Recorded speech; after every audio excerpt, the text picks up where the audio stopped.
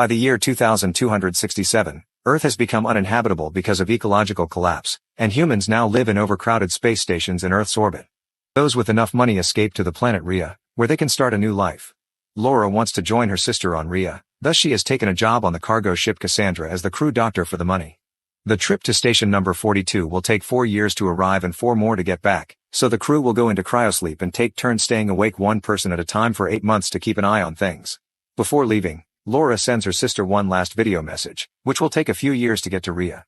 When she boards the Cassandra, Laura meets the crew, Captain Lacroix, First Officer Lindbergh, System Administrator Yoshida, Prokop, and Vespucci. There's also Decker, a sky marshal sent by the government because lately ships have been under attack by the radical Neo-Luddite group machine strikers, who are against living inside machines. Their leader Bruckner is still on the loose after he bombed a few stations, so they have to keep an eye out for him. The crew enters cryosleep and things go peacefully for 3 years. When it is Laura's turn to wake up, she finds a message from her sister Ariane waiting for her, where she expresses her worries over the terrorist attacks. Laura sends her a message back and then concentrates on establishing a routine to keep herself sane, which includes reading, exercising, and keeping an eye on the ship's performance. One day, Laura begins hearing noises inside the ship. She follows them to the cargo bay, where she suddenly finds something banging at the door. Terrified, Laura runs away and is shocked to bump into Decker, who explains he was automatically woken up when the system detected someone entering the cargo bay, which is forbidden. Laura tells him what happened and rushes to wake up Lacroix, since the rules say the captain must be around during unexpected incidents. Once Lacroix wakes up, the three of them investigate the cargo bay and find the astronaut suits thrown on the floor. Lacroix wants to believe the air pressure tossed them, but then he checks the system logs and discovers multiple illegal accesses during Laura's shift. Afterward, the trio suits up and enters the containment area, leaving a metal plate at the gate to keep it open. They split to look for clues and Laura climbs to the upper area, which consists of dangerous narrow bridges to walk on. Suddenly Laura notices something falling. It is Lacroix. Decker and Laura rush to check on him and find him unconscious. At that moment, the gate starts closing because it's bending the plate, so Decker picks up Lacroix and runs with Laura to get out before they get locked inside. By the time they make it out, Lacroix is dead and no CPR will bring him back. Since this is an emergency now, the whole crew must be woken up. Following protocol, Lindbergh becomes captain and she immediately assigns tasks. Yoshida must inspect the logs for suspicious activity, Laura must do an autopsy on Lacroix, and Prokop and Vespucci must fix the gate. During the autopsy, Laura confirms Lacroix died when he fell. She also discovers one of his eyes is an implant. She and Decker connect the eye to the computer and check the recording of Lacroix's last moments. To their shock, Lacroix finds an open containment unit with a biohazard warning on it, which doesn't make sense because they are supposed to be transporting construction materials. While Prokop and Vespucci discover the gate's gears somehow broke, Laura and Decker return to the cargo bay and use Lacroix's badge to investigate the containers from the video. They go deeper inside and find all units connected by thick pipes. A closer look reveals a huge surprise. There are sleeping humans inside all of them. They call Prokop and Vespucci to help them move a unit with a kid out of the bay, which raises an alert in the system and all the units start moving. The men move quickly enough but Laura almost falls and has to grab onto the stairs until Decker comes to help her. Moments later, they bring the unit to the medical bay. Lindbergh isn't happy about this because they aren't supposed to mess with the cargo, but now the rest of the crew wonders if Lacroix was murdered for seeing something he shouldn't have. Someone clearly set the containers in motion to kill them too, but Lindbergh insists it was just the system putting the units in order and that they should take the kid back. Decker reminds her this is a murder investigation and Laura gets to do a full inspection of the kid. The scan confirms the child is under cryosleep, but she can't learn anything else because the tank is blocking her machines. Laura asks Decker for help and he uses a special program that will open the unit's digital lock in a few minutes. While they wait, Laura tells him about her sister in Rhea, and Decker kisses her. Meanwhile Lindbergh asks Yoshida to investigate Decker, thinking there's something wrong with him. At the cargo bay, Prokop and Vespucci begin hearing weird noises coming from the inside. Once the container is finally unlocked, Laura takes a closer look at the kid and discovers there is a perfected virtual reality connector embedded in the girl's spine, something Laura never saw before. Decker wants to disconnect her, but Laura refuses because it could cause irreparable neural damage.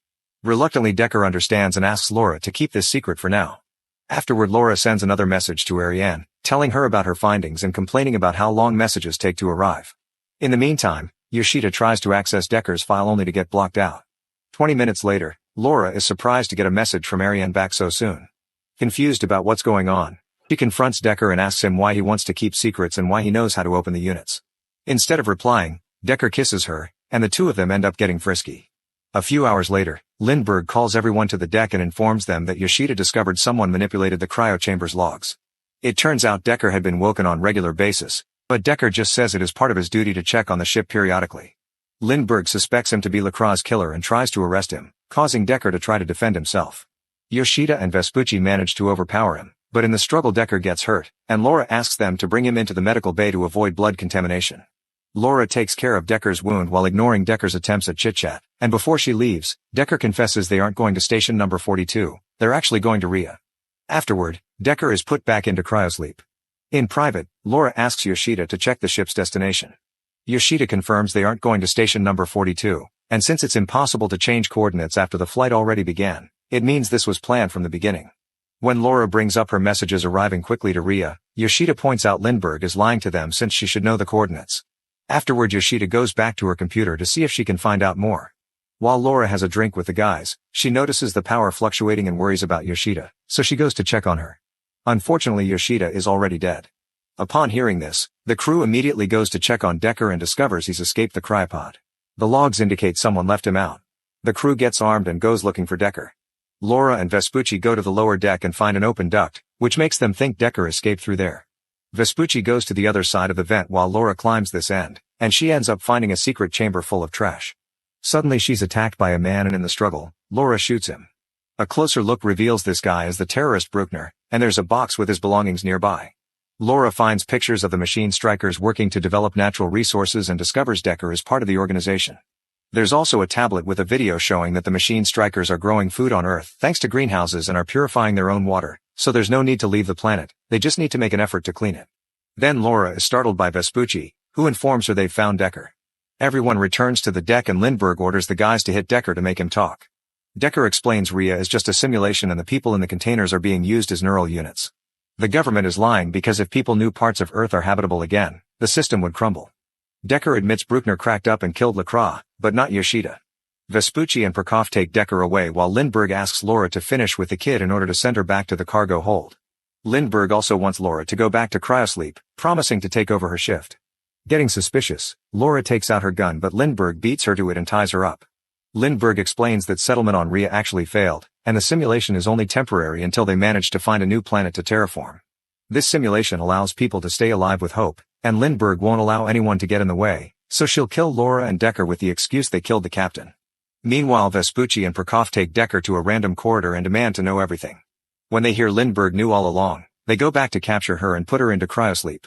Vespucci tells Prokop they should connect themselves to Rhea because a simulation is still better than this crappy life they have. In the medical bay, Laura manages to start safely waking the kid from the unit. Decker apologizes for lying and asks for her help. Laura accepts as long as he rescues her sister from the simulation. Afterward, the crew makes a plan. They'll finish their trip to station number 42 because that's where the simulation is kept, so Decker will connect Laura to the system in order to send a message with the truth to Earth. Then they'll blow up the antenna. For the next few days, Decker and Laura spend their private time together, and Decker tells Laura how nature has reclaimed every spot on Earth. When they finally arrive at station number 42, they delay the delivery of the cargo, which gets them 30 minutes to pull off the plan. Laura discovers the child is awake and wandering, so she has to quickly take her back to her room to keep her safe. Prokop and Vespucci secretly work against the plan because they want to connect themselves to Rhea, and to do that they'll need Lindbergh's badge.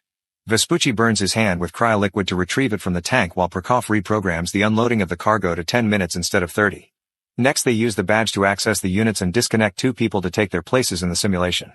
As the system gets ready for delivery protocol, it wakes Lindbergh up. Meanwhile, Decker goes on a spacewalk to put the explosives on the station's antenna before he goes looking for Ariane's container, luckily finding it quickly. Laura decides to join him, but her suit begins malfunctioning and Decker has to catch her before she drifts away. Decker explains to Laura that the units can't be just unplugged without killing the people inside, so Laura asks to be connected to the simulation in order to meet her sister and send the message. At that moment, the ship begins delivering the cargo automatically, meaning they only have a few minutes left before the ship begins the trip back. Decker connects Laura to Rhea and Laura is shocked to appear in the most beautiful forest she's ever seen. In a house nearby, Laura reunites with Ariane and her kids and cries over having to destroy their happiness.